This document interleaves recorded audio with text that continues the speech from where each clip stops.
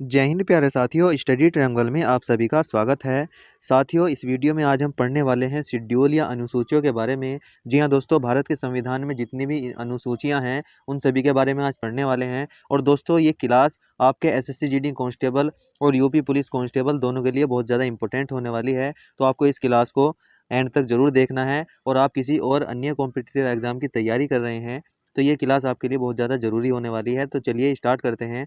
हम पढ़ते हैं अनुसूचियों के बारे में। सबसे पहले अगर हम अनुसूचियों की अगर हम बात करें तो मूल संविधान में 8 अनुसूचियां थी। ये बात आप लोगों को याद रख लेनी है, क्योंकि आपकी परीक्षा में इस प्रकार से प्रश्न पूछ लिया जाता है कि मूल संविधान में कितनी अनुसूचियां थी, तो यहाँ पर आपको 8 याद रख लेना है।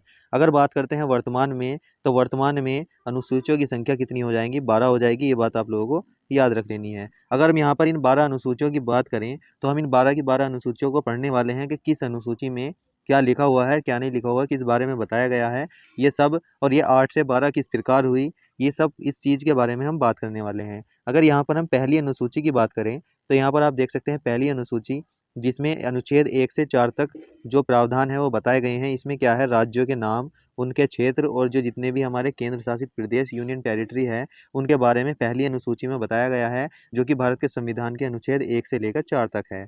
आगे अगर हम बात करते हैं अनुसूची 2 की, तो यहाँ पर दूसरी अनुसूची आपके सामने है। और दूसरी अनुसूची में वेतन और भत्तों के बारे में बताया गया है। किस किस के वेतन, जैसे कि हम यहाँ पर एग्जाम्पल की बात करें तो राष्ट्रपति के वेतन भत्ते, राज्यपाल, न्यायाधीश, इन सभी के वेतनों के बारे में यहाँ पर दूसरी अनुसूची में बताया गया है। आगे अगर हम बात करते हैं तीसरी अनुसूची की, तो तीसरी अनुसूची में शपथ या प्रतिज्ञान के बारे में बताया गया है। दोस्तों, आप लोगों को ये याद कर लेना है, क्योंकि बार बार आपसे परीक्षा में अनुसूचियों से प्रश्न आते हैं।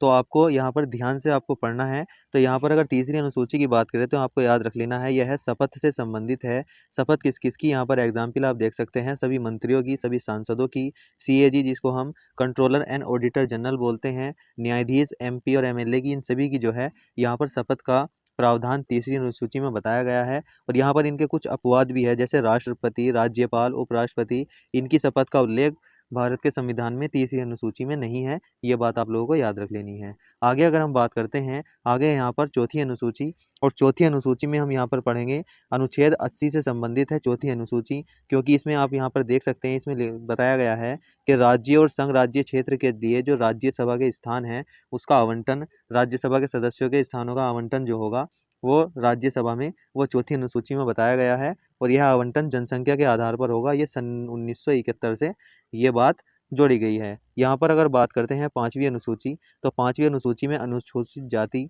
और अनुसूचित जनजाति का प्रशासन या नियंत्रण के बारे में बताया गया है। ये बात भी आप लोगों को याद रख लेनी है। आगे अगर हम बात करते हैं छठी अनुसूची, तो यहाँ पर छठी अनुसूची बहुत ज़्यादा इंपॉर्टेंट है, क्योंकि जो जनजातीय क्षेत्र हैं उनके प्रशासन से संबंधित छठी अनुसूची में बताया गया है। उसमें हमारे 4 राज्यों को याद कर लेना है कि छठी अनुसूची में कौन से 4 राज्यों के प्रशासन के बारे में बताया है। तो आपके सामने यहाँ पर आप देख सकते हैं, आपके सामने हैं असम, मेघालय, त्रिपुरा और मिजोरम। ये 4 राज्य जो हैं इनके बारे में छठी अनुसूची में भारत के संविधान में बताया गया है। आगे आपके सामने है सातवीं अनुसूची, बहुत ज़्यादा इंपॉर्टेंट है। इसमें यहाँ पर 3 सूचियों के बारे में बताया गया, आप सभी लोग जानते भी होंगे, संघ सूची, राज्य सूची और संवर्ती सूची। दोस्तों, संघ सूची वह होती है जिसमें केंद्र सरकार कानून बनाती है। संघ सूचियों के विषय वे होते हैं, उन विषयों पर केंद्र सरकार कानून बनाएगी। राज्य सूची के विषयों पर केवल राज्य सरकार कानून बनाएगी। और संवर्ती सूची वह संवर्ती सूची होती है जिसमें केंद्र सरकार तो कानून बनाएगी लेकिन राज्य सरकार भी इसमें कानून बना सकती है। तो ये 3 सूचियां भारत के संविधान की 7वीं अनुसूची में उल्लेखित है। ये बात आप लोगों को याद रख लेनी है। आगे अगर हम यहाँ पर बात करें तो आगे आपके सामने है 8वीं अनुसूची, जो कि बहुत ज़्यादा इंपॉर्टेंट है आपकी परीक्षा की दृष्टि से। और यहाँ पर आप देख सकते हैं 8वीं अनुसूची में भाषा के बारे में बताया गया है। और मूल संविधान में अगर बात करते हैं तो 14 भाषाएं शामिल थी, लेकिन वर्तमान में अब 22 भाषाएं शामिल आप लोगों को याद रख लेनी है। वर्तमान में 22 थी, वर्तमान में 22 हैं, और मूल संविधान में कितनी थी? 14 थी। ये बात आप लोगों को याद रख लेनी है।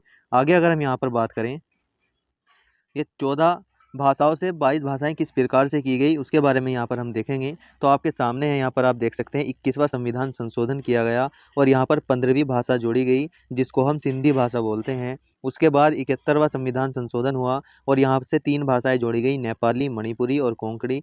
यहाँ पर 14 भाषाएं थी, ये 15वीं भाषा हो जाती है। और उसके बाद 3 और जोड़ी गई, 15 और 3 18 हो गई। और यहाँ पर 92वां संविधान संशोधन हुआ, इसमें 4 भाषाएं जोड़ी गई। यहाँ पर आप 4 भाषाएं और जोड़ेंगे तो बोडो, डोगरी, मैथिली और संथाली वाली ये 4 भाषाएँ और जोड़ी गई, तो टोटल मिलाकर यहाँ पर 22 भाषाएँ हमारे संविधान की 8वीं अनुसूची में हो गई है। ये बात आप लोगों को याद कर लेनी है। आगे अगर हम बात करते हैं, जो मूल संविधान में 8 अनुसूचियाँ थी, उसके बाद 9वीं अनुसूची कब जोड़ी गई? जब पहला संविधान संशोधन हुआ 1951 में, जब यह 9वीं अनुसूची जोड़ी गई और यह भूमि सुधार से संबंधित थी। ये बात आप लोगों को याद रख लेनी है। आगे अगर हम बात करें, आगे आपके सामने है, आप यहाँ पर देख सकते हैं 10वीं अनुसूची, और 10वीं अनुसूची की बात करते हैं तो 52वां संविधान संशोधन के तहत 10वीं अनुसूची को जोड़ा गया, और यह 10वीं अनुसूची दल बदल के आधार पर सांसद और विधानसभा के सदस्यों को निर्भरता से संबंधित थी। दल बदल के आधार पर कानून बनाने से संबंधित थी। ये बात आप लोगों को याद रख लेनी है। आगे यहाँ पर है हमारे सामने 11वीं अनुसूची, और 11वीं अनुसूची की अगर हम बात करते हैं तो बहुत ज़्यादा इंपॉर्टेंट है आपकी परीक्षा की दृष्टि से, और कोई सा एग्जाम ऐसा बचा हुआ होगा जिसमें 11वीं अनुसूची से संबंधित प्रश्न ना आया हो, तो यहाँ पर आप लोगों को याद रख लेनी है। 11वीं अनुसूची के बारे में बहुत ज़्यादा इंपॉर्टेंट है। 73वां संविधान संशोधन होता है सन 1992 में, लेकिन अगर हम यहाँ पर बात करते हैं कि यह लागू कब से हुआ, तो 24 अप्रैल 1993 से यह लागू हुआ, और 11वीं अनुसूची जोड़ी गई 73वें संविधान संशोधन के तहत।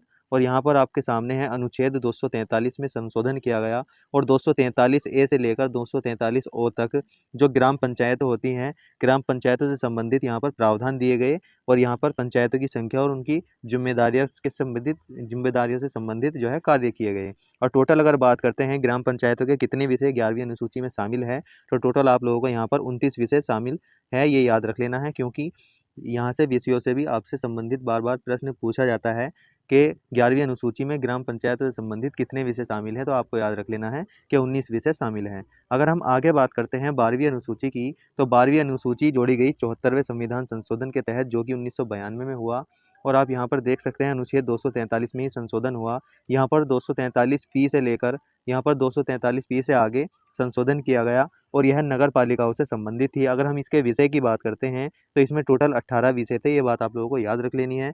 दोस्तों, अगर आपको हमारा पढ़ाया हुआ अच्छा, तो हमें ज़्यादा से ज़्यादा सपोर्ट करें। और दोस्तों, अगर आपको वीडियो अच्छी लगती है तो वीडियो को लाइक ज़रूर कर देना। अगर वीडियो आपको पसंद नहीं आई, कोई चीज़ आपकी समझ में नहीं आई, तो आप वीडियो को डिसलाइक भी कर सकते हैं, और आप अपने छोटे भाई बहन या जो भी तैयारी कर रहे हैं उनको ये वीडियो शेयर कर सकते हैं। और यहाँ तक वीडियो देखने के लिए बहुत बहुत धन्यवाद। जय हिंद।